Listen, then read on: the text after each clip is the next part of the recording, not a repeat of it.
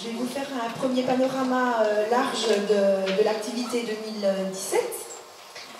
En premier lieu, il faut dire que c'était une année à très forte activité. Nous avons formé au total 410 personnes pour un total de 63 400, j'arrondis, heures stagiaires. Donc, ce qui fait plus 18% d'heures stagiaires par rapport à 2016. Donc, on est bien dans une activité forte.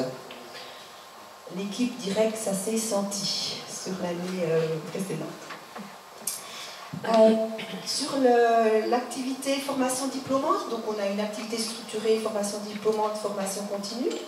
Donc si on regarde les points essentiels, un peu les faits saillants de l'activité formation diplômante, 147 personnes, donc ça veut dire que 147 personnes viennent chercher un diplôme dans le champ de l'animation. Le DES GEPS, donc des directeurs, le diplôme de niveau 2, de directeur de structure. Donc l'innovation, ce qui a été nouveau sur 2017, donc c'était la 10e la 9e promotion en 2017. Donc on est l'organisme de formation qui avons tenu le DES depuis 9 ans sans interruption. Et c'est important parce que ça veut dire que les personnes qui ont ce projet-là, elles sont, voilà, on leur garantit que la formation va ouvrir, et dans les projections c'est vraiment important parce que c'est tellement galère à monter en financement que si en plus la formation est reportée, ça fait difficulté. Et donc on l'a expérimenté l'année dernière sur un an. On est passé de 16 mois, jusque-là on le faisait en 16 mois, à un an. Ça fonctionne, de l'avis de tous, de l'équipe pédagogique, mais des structures d'accueil, des stagiaires. Alors c'est un marathon au rythme d'un sprint, donc c'est très intense, mais vraiment c'est une formule intéressante. Ce qui fait aussi qu'on a de plus en plus de personnes aussi qui le font sur 2 ans. Ça permet d'être en modulaire. Et donc aujourd'hui, on a 2/3 de personnes qui le font en continu, donc les 4 UC sur un an, et un bon tiers qui le font sur 2 ans, avec 2 UC par an. Et donc là, on voit bien que ça traduit déjà quelque chose qui irrigue fortement le champ de la formation, c'est la modularisation des parcours. Et là, il faut qu'on soit prêt à le faire, tout en garantissant la dimension collective. Pour nous, la formation, ça se fait avec un groupe. Pour autant, les groupes, ils peuvent effectivement être à géométrie variable. Ça demande de mettre un petit peu en cause parfois des approches pédagogiques, mais c'est tout aussi intéressant. Voilà, donc sur le DES en un an ou en modulaire sur 2 ans. La nouveauté dans l'activité 2017, c'est le BPGEPS. Donc le BPGEPS, le bac pro d'animateur, si je le fais vite, en 4C. Donc on est passé d'une logique de 10 UC, où en vrai personne ne comprenait grand-chose sur la générique diplôme, en 4 UC, et on va dire un diplôme très structuré, très structurant, où on met en avant, enfin c'est clairement identifié que le cœur de métier de l'animateur, c'est inscrire son action dans le projet de la structure et conduire du projet d'animation en collectif. Voilà. Donc là, le BP en 4UC, il permet de réaffirmer vraiment qu'est-ce qu'est le métier d'animateur.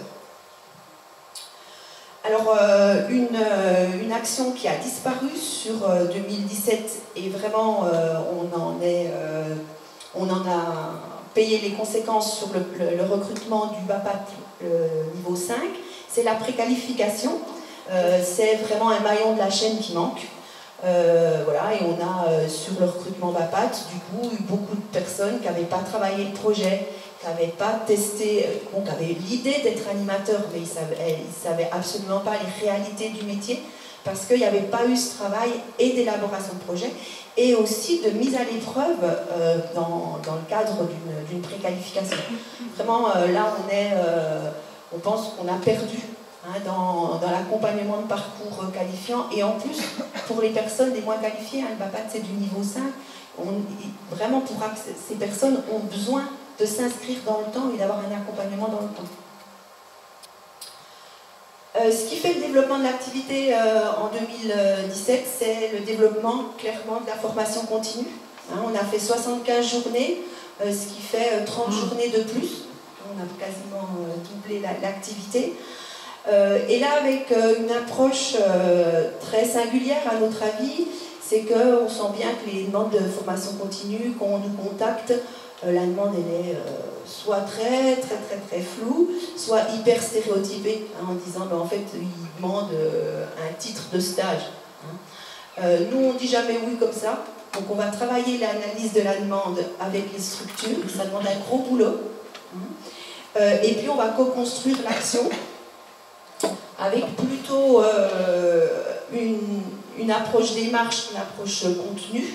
Hein, on va vraiment travailler la démarche de développement de compétences collectives, on est là-dessus, et dans des variétés de contextes. Alors là, l'année dernière, on est intervenu sur un projet incivilité avec la CAF du Doubs, on est intervenu dans un centre de soins en addictologie, on est intervenu avec les familles rurales.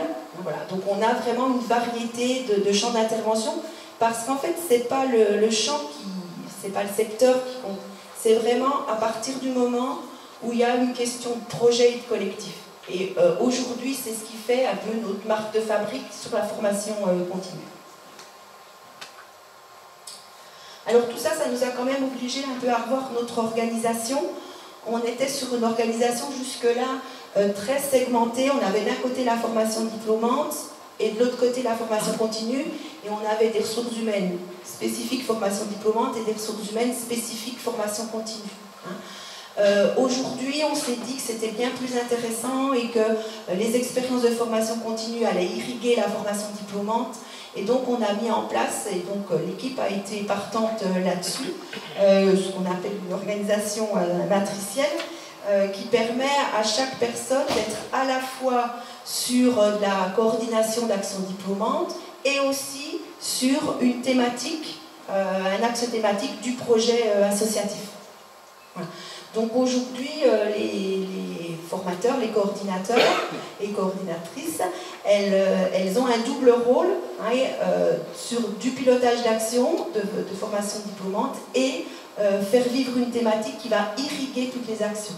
Et du coup, on a aujourd'hui des coordinateurs, tous les coordinateurs interviennent et en formation diplômante et en formation continue, ce qui nous paraît être vraiment un levier de développement de la compétence collective. Alors on va continuer, on s'est dit que c'était bien de vous montrer comment on met en vie nos 5 axes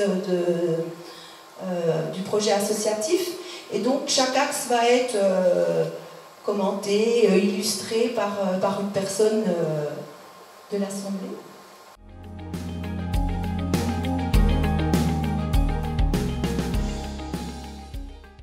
Je vais faire court. Hein. Pour Trajectoire Formation, la culture, ce n'est pas un produit de consommation. Pour Trajectoire Formation, la culture ne se résume pas à l'artistique. Ce qui est important, c'est d'encourager tous et tous à œuvrer. L'idée, c'est l'animation culturelle comme levier d'émancipation et d'épanouissement au service de l'éducation populaire. Alors, en septembre 2017, on est intervenu, je suis intervenu dans le cadre de la formation continue sur le projet TAC à jouer. Alors, TAC à jouer, en quelques lignes, ce sont des binômes constitués de musiciens professionnels et d'animateurs professionnels qui agissent sur quasiment tous les quartiers du pays de Montbéliard. Ils agissent donc en binôme au service de l'éducation populaire. C'est un projet qui va vers la musique et la pratique musicale en orchestre symphonique à destination des enfants, et plus particulièrement des enfants de quartier. Donc on a été sollicité par l'association, enfin le projet TAC à jouer, qui partait du principe que les deux cultures, musiciens et animateurs, avaient du mal à travailler ensemble. Donc on a organisé 6 journées en collaboration donc, avec le collectif L'Aventure, et ces journées ont permis donc de trouver des complémentarités entre musiciens et animateurs, et ces complémentarités elles ont été mises au jour. Ils ont appris à se connaître, à se reconnaître, à reconnaître les compétences des uns et des autres. Et c'est donc ces complémentarités sont aujourd'hui à l'œuvre sur le terrain. Donc, à l'issue du DE, formation que j'ai eu la chance de faire, il faut le souligner, on a pu se permettre d'écouter un petit peu la voix des gens du voyage, qui est un public exclu, et on est vraiment sur des valeurs d'éducation là. Et donc on a monté un projet à l'issue d'un processus participatif autour de la santé des gens du voyage. Donc à l'issue de cette action participative, une réunion, un partenariat s'est mis en place avec le centre social des gens du voyage et des gadgets et le centre social de Lure. Ça a permis de définir un petit peu les besoins du terrain en matière de santé, les besoins réels, ceux qu'on avait identifiés, puis les besoins de la communauté voyageuse réels, voilà. Donc on a mis ce processus en place avec à la fois ces trois piliers, donc nous en tant qu'animation professionnelle, le centre social des gens du voyage et des gadgets qui eux étaient plus sur un travail administratif, travailleurs sociaux de terrain au niveau du RSA, de l'habitat, et les gens du voyage qui ont pu faire entendre leur voix aussi. C'était très important pour que ce projet puisse vivre et perdurer. Donc aujourd'hui, on est sur un peu plus que les premières pierres de ce projet parce qu'il voit le jour. Donc c'est pas, je souligne cet aspect-là parce que c'est pas juste un projet qui a été mis en place dans le cadre de la formation, mais c'est un dossier voilà, qui a vécu, qui vit et qui débouche sur des actions santé qui se mettent en place fin du printemps. Donc tous les publics ont été entendus, à la fois les publics intermédiaires, le public final, et c'est le début d'une belle aventure. Donc je finirai par vous dire que c'est vraiment de faire perdurer le vivre ensemble et le faire ensemble. Voilà, merci. Et puis depuis une douzaine d'années, en fait, on intervient par ailleurs dans le cadre d'interventions qui sont financées par le dispositif local d'accompagnement et donc qui est mis à disposition de structures qui veulent travailler des questions qui les préoccupent et que nous, on travaille avec une option fondamentale qui est de partir sur l'aide à la redéfinition d'un projet associatif. D'autres interviennent plus sur des questions qui sont plus directement techniques, tournant autour de problèmes économiques ou de gestion d'équipe.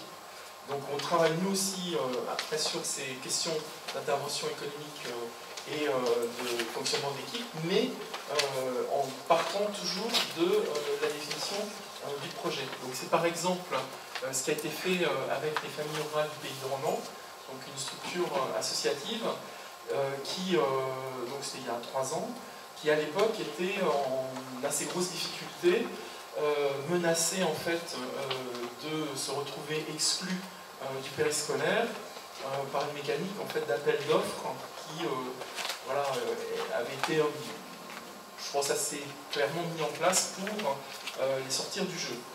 Donc pour eux, ça a été l'occasion de se redéfinir et donc on a travaillé avec eux toujours sur, enfin en partant de l'idée de l'aide à l'actualisation d'un projet associatif, sur le fait que ça soit eux qui fassent le travail d'expertise de leur propre structure. Et donc, on les a mis en posture d'enquêter sur leur propre activité, donc en se constituant en binôme d'intervieweurs, d'enquêteurs, binôme autant que possible, mêlant des salariés de la structure et des administrateurs.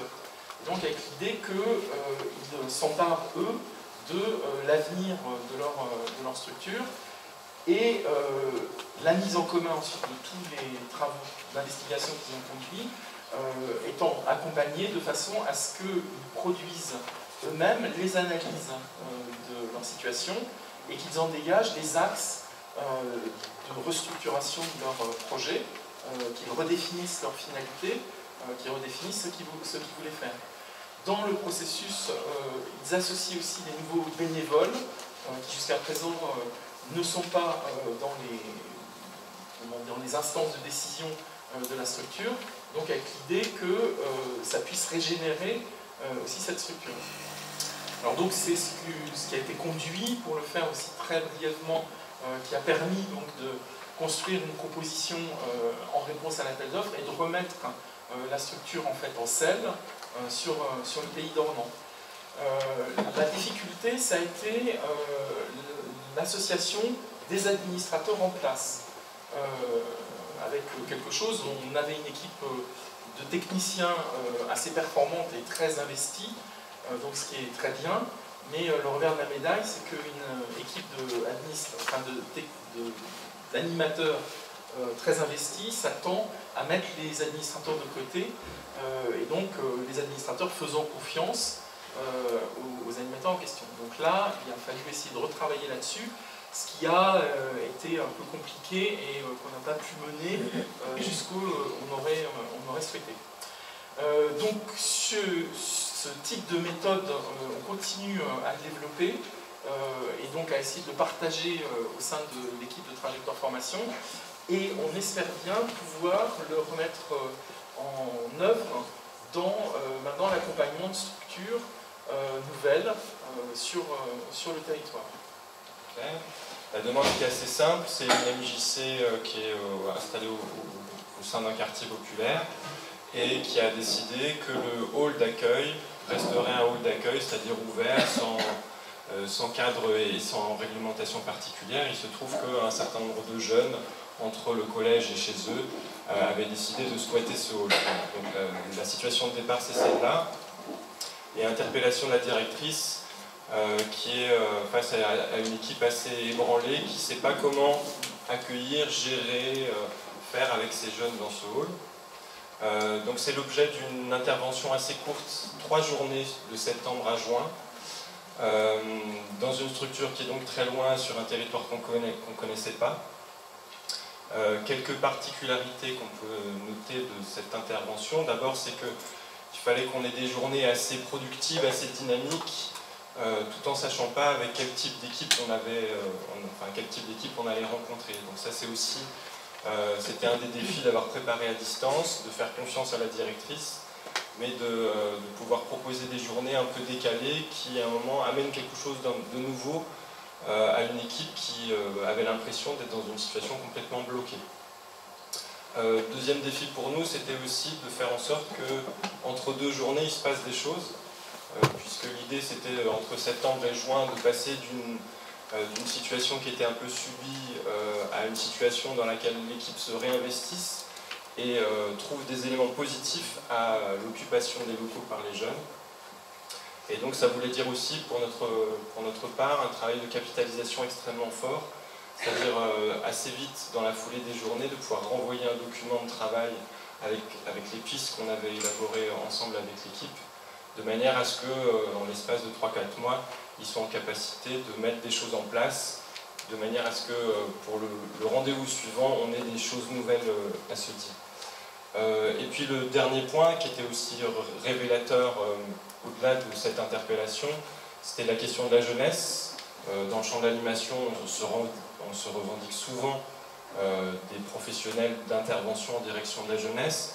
Et là, mais comme c'est le cas dans bon nombre d'endroits, on s'est rendu compte qu'au-delà des actions individuelles et des métiers, la jeunesse ne faisait pas projet. En tout cas, elle n'était pas pensée comme un public pour lequel on a des choses à dire, où on réfléchit à un projet associatif avec une sorte de mission, ou en tout cas, qu'est-ce qu'on a envie de travailler avec la jeunesse.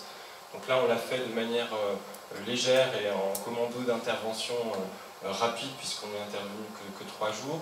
Et on a mesuré qu'en 9 mois, les choses avaient bougé, et ça a donné aussi des perspectives sur finalement des formes d'intervention pour Trajectoire Formation qui ne nécessitent pas forcément beaucoup de journées de face à face, mais où l'essentiel du boulot, il se fait entre 2 séances où on va animer avec les professionnels de terrain. C'est moi qui vais vous en parler, mais normalement ça aurait dû être Marie-Pierre Jo, qui est danseuse, chorégraphe, et aussi, donc elle fait ça à Belfort, mais elle est aussi formatrice, elle intervient dans l'équipe à Trajectoire. Alors vous allez me dire, laïcité, chorégraphie, il a dû se tromper de sujet. Non, pas tout à fait, en fait, je vais retomber sur mes pieds, je vais vous parler en fait d'une co-organisation entre l'ISSM à Mulhouse et Trajectoire Formation, puisqu'on a organisé ensemble une journée sur la thématique de laïcité et travail social. Donc c'était dans un grand amphi assez presque vertical, hein, assez surplombant, avec une bonne trentaine de francs-comtois, puisqu'il y avait certains sont ici, donc la promo des BPGEPS Loisirs Tout Public était là, conduite par Hervé, donc voilà. Et dans l'organisation, Marie-Pierre nous a proposé quelque chose, en fait, des ponctuations corporelles. Et voilà, on a finalement bien compris ce qu'elle voulait nous dire, puisqu'on associe assez souvent la laïcité à la notion, le principe de laïcité à la notion de vivre ensemble. Et Marie-Pierre, au travers de ces ponctuations corporelles, nous a fait toucher du doigt, et plein d'autres sens, que vivre ensemble, ce n'était pas suffisant, qu'il fallait aussi être ensemble, faire ensemble, ressentir ensemble. Et donc ces moments-là, 4 ou 5 dans la journée, ont mis un joyeux bordel dans l'amphithéâtre, qui est actuellement plus habitué à des cours très descendants, on va dire. La forme de l'amphithéâtre aussi très bien. Et donc on a échangé des regards, échangé des objets, on s'est touché, on a rigolé. Et cette notion de vivre ensemble, du coup, a pris une autre tournure. Et voilà, c'était ce témoignage. Marie-Pierre vous l'aurez certainement raconté beaucoup mieux que moi. Je vous invite à lire d'ailleurs l'article qu'elle a écrit là-dessus et qui est sur transformation, qui est aussi dans le rapport d'activité. Et pour la petite anecdote, dans la salle, il y avait aussi des policiers en tenue. Alors ils n'étaient pas là pour faire de la sécurité, ils étaient intéressés par la thématique. C'était assez drôle de les voir en tenue. Hervé s'en rappelle, il était derrière. Donc, voilà, des gendarmes qui appréhendaient l'autre dans un autre but que leur passer des menottes.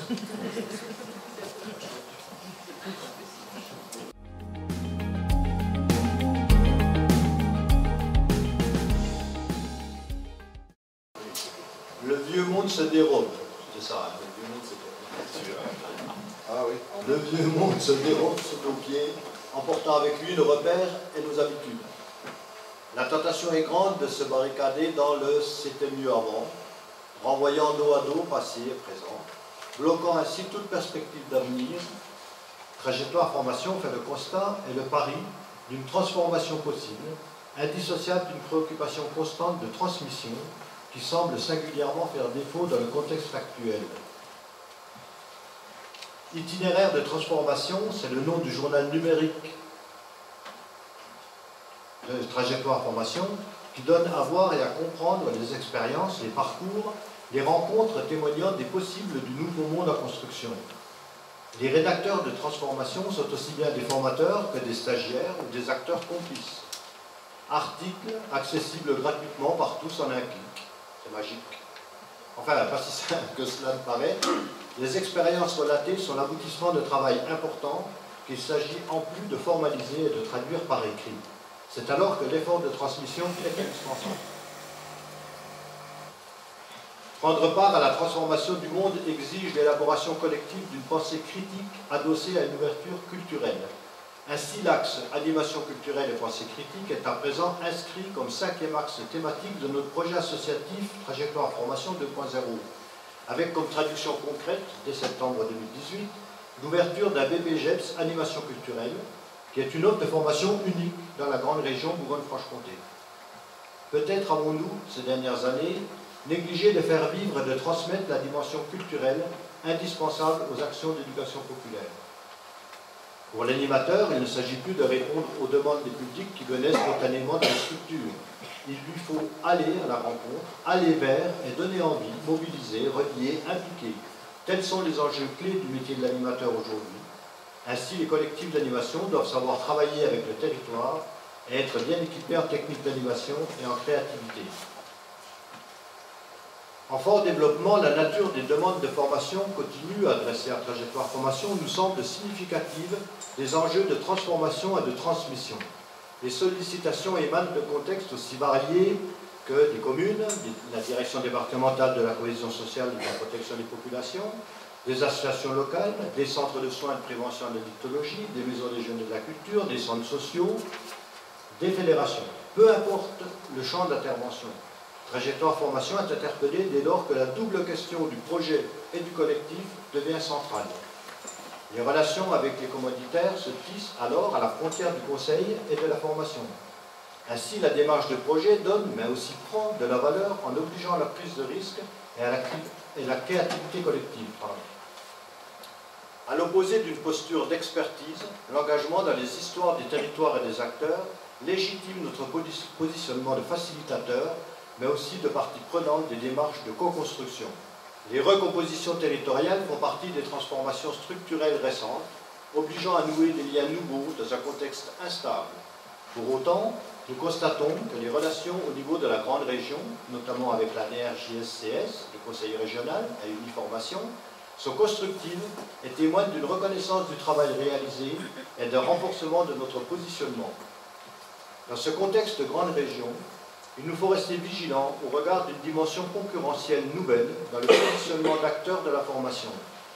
Persuadés que l'équilibre de l'écosystème de la formation est fragile et qu'il ne trouve sa pertinence que dans un ancrage territorial inscrit dans la durée, nous proposons systématiquement un dialogue avec ces acteurs pour contribuer ensemble à enrichir et faire vivre cet écosystème. Et déjà vient d'être annoncée une énième réforme de la formation professionnelle, quand bien même aucune évaluation de la dernière réforme de 2015 seulement n'a été réalisée. On nous promet une transformation majeure à suivre. Au-delà des dispositifs, nous nous interrogeons. Où sont les espaces de débat? Où sont les espaces du politique? Réduire la question du développement des compétences individuelles et collectives à une approche technicienne et individualiste ne permettra pas de répondre aux enjeux de transformation auxquels les acteurs de l'éducation populaire et plus largement de l'économie sociale et solidaire sont confrontés. Nous sommes convaincus de l'importance de ces espaces de confrontation qui permettent à la société civile d'interpeller les élus de la République, aux individus de s'ouvrir à la pensée de l'autre, et donc à la pensée critique, et aux citoyens de construire et d'affirmer des formes de mobilisation collective. Je vous remercie de votre attention. Voilà, je ne sais pas si d'autres personnes souhaitent intervenir, sinon je vous invite à venir voir le goût de l'amitié. Je vous remercie. Bravo.